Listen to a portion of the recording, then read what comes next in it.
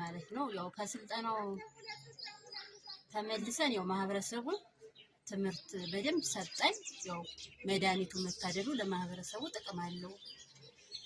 ምንድነው የተራኮማ በሽታን ለመከላከል ያው በተጨማሪ መድኃኒቱን መታደሉ ጥቅም አለው።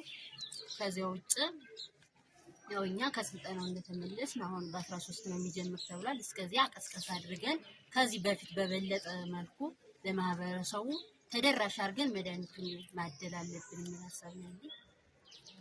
ማህበረሰብ አቀፍ ትራኮማ መድኃኒት ለማህበረሰቡ በጣም ጠቃሚ መሆኑን ነው ከዚህ በፊትም ስንሰጥ ያው ህብረተሰቡ የአካባቢና የግል ንጽህናን ከመጠበቅ ባሻገር ደግሞ ይህንን የትራኮማ መድኃኒት እደላ ለህብረተሰቡ ብንሰጥ ጥቅም አለው።